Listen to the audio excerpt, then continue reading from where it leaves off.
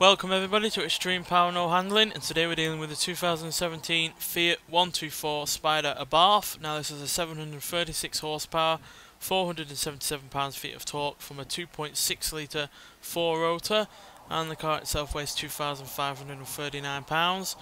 It's rear-wheel drive and it can do 0 to 60 in 4.004 seconds, 0 to 107.063 seconds, going into a top speed of 240 miles an hour. So yeah, lightweight car, has a decent amount of power, not the most that we've ever had on this series so far, but a fair decent amount of power, especially considering it is quite lightweight. Plus it's obviously a modern sports car, though it is still below the 5.0 handling threshold, so it's, you know, got modern tyres, modern brakes, modern suspension, etc. So yeah, hopefully it's going to do pretty well, but obviously it is dealing with, you know, more than 600 but nearly 600 horsepower more than it had originally, so that's going to be a big ask. But nonetheless, I have high expectations for this car. So yeah, let's get out there and see what it can do. Now the reason I know it's a 2.6 litre 4-rotor is because it's one of the engines you can swap into the car. But unlike a lot of engines where you can increase the cubic capacity of the engine, you can't on this. You can only take off the restrictor plates. But nonetheless, it's still a powerful car. Well, powerful engine in a car, and it's pretty good in terms of revs, as you can see.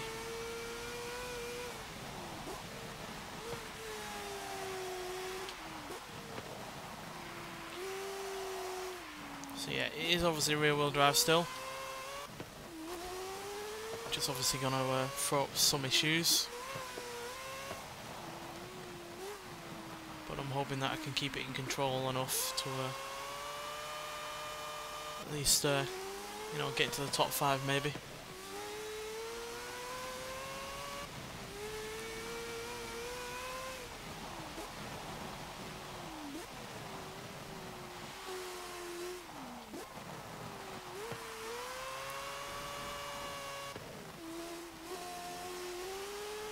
Certainly weird hearing this kind of engine coming out of this car.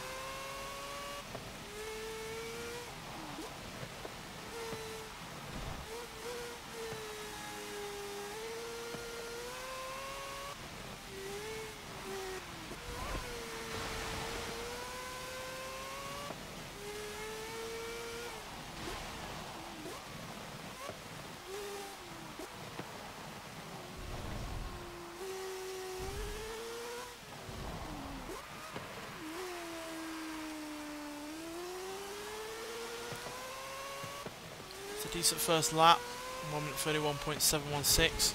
I usually say if it's below 1 minute 32, we've done a decent first lap. Don't know why, but that seems like a decent start. Especially since I am learning the car, knowing its limits and what it can do.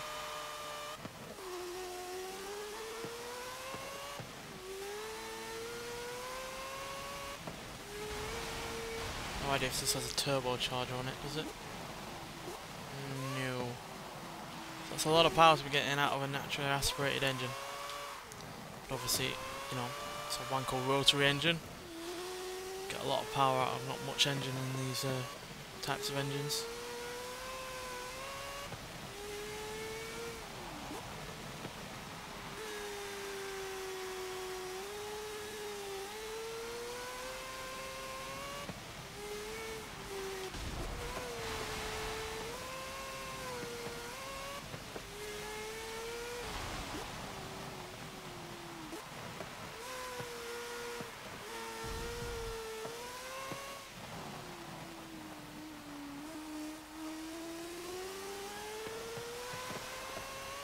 Well, that's a pretty good second lap, 1 minute 27.868.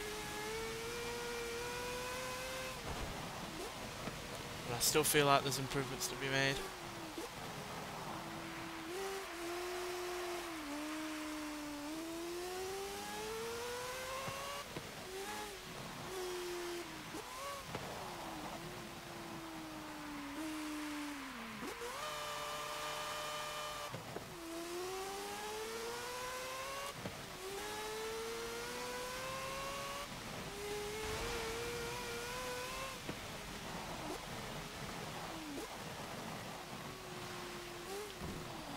maybe I could try being a little bit less cautious on the brakes.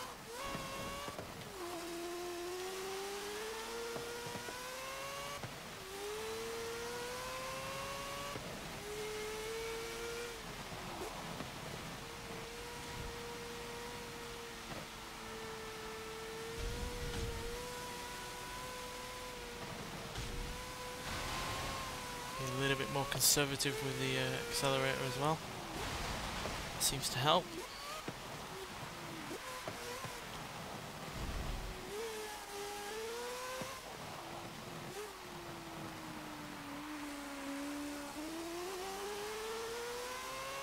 That's a cracking time again, 1 minute 26.90,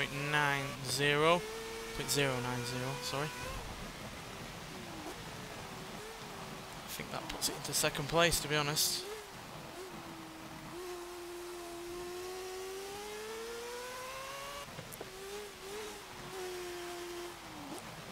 Still got a couple more laps to try and get even better time.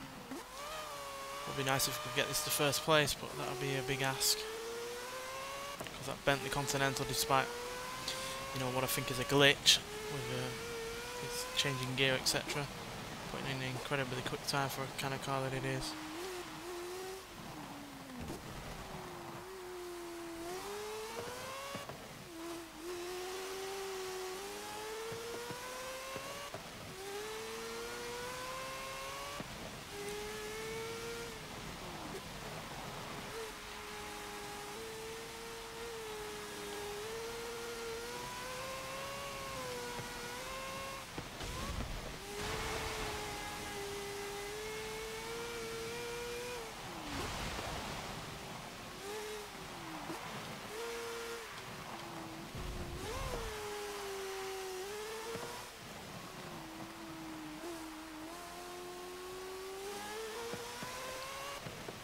No improvement that time around, unfortunately, but we've got this final lap to try and do so. If we get it below 1 minute 26, that'd be pretty good.